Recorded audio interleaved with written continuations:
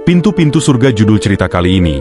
Assalamualaikum warahmatullahi wabarakatuh. Pertama-tama kita panjatkan puja-puji dan syukur kita kehadirat Allah Subhanahu wa Ta'ala. Sholawat dan salam semoga tetap tercurah kepada junjungan kita Habibana wa Nabiana Kanjeng Nabi Muhammad Sallallahu Alaihi Wasallam. Ibnu Abbas berkata bahwasanya surga itu mempunyai 8 pintu yang terbuat dari emas, yang dihiasi dengan berbagai permata, dan pada pintu bagian yang pertama tertulis, Layla Halalo Muhammadar Rosalalo. Itulah pintu para nabi dan rasul, syuhada, dan juga pintunya orang-orang yang dermawan. Pintu yang kedua diperuntukkan bagi orang-orang yang mendirikan solat, orang-orang yang menyempurnakan wudhunya dan orang-orang yang menyempurnakan rukun-rukun solatnya. Pintu yang ketiga diperuntukkan bagi orang-orang yang memberikan zakatnya dengan senang hati dan ikhlas. Pintu yang keempat diperuntukkan bagi orang-orang yang memerintahkan kepada kebajikan dan mencegah terhadap perbuatan munkar. Pintu yang kelima diperuntukkan bagi orang-orang yang dapat memelihara syahwatnya dan mencegah dari nafsu yang buruk. Pintu yang keenam diperuntukkan bagi orang-orang yang berjihad.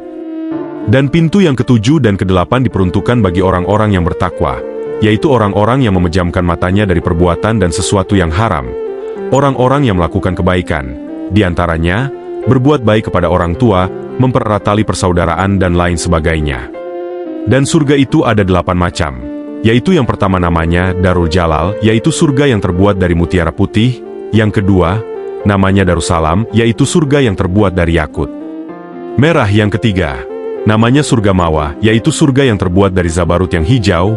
Yang keempat, namanya surga Huldi, yaitu surga yang terbuat dari marjan, yang berwarna merah dan kuning. Yang kelima surga Naim, yaitu surga yang terbuat dari perak putih. Yang keenam namanya surga Firdaus, yaitu surga yang terbuat dari emas merah. Yang ketujuh namanya surga Aden, yaitu surga yang terbuat dari intan putih. Dan yang kedelapan namanya surga Darul Qoror, ini merupakan surga yang terakhir.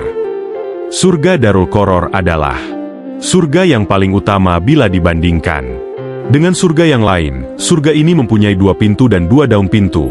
1 daun pintu terbuat dari emas, yang satunya terbuat dari perak. Jarak antara setiap daun pintu sebagaimana jaraknya antara langit dan bumi. Adapun bangunan yang ada di dalamnya terbuat dari bata emas dan bata perak, tanahnya dari misik, debunya dari anbar, rumputnya dari sfaron, gedung-gedungnya dari mutiara, punggungnya dari yakut, dan pintunya dari jauhar.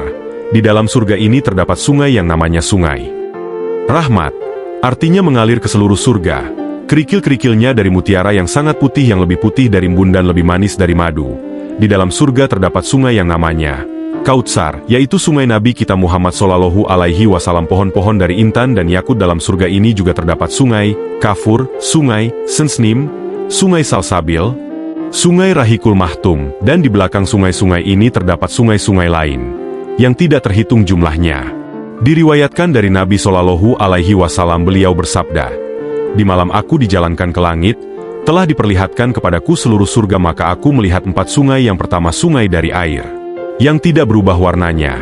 Yang kedua sungai dari air susu, yang tidak pernah berubah rasanya. Ketiga sungai dari arak.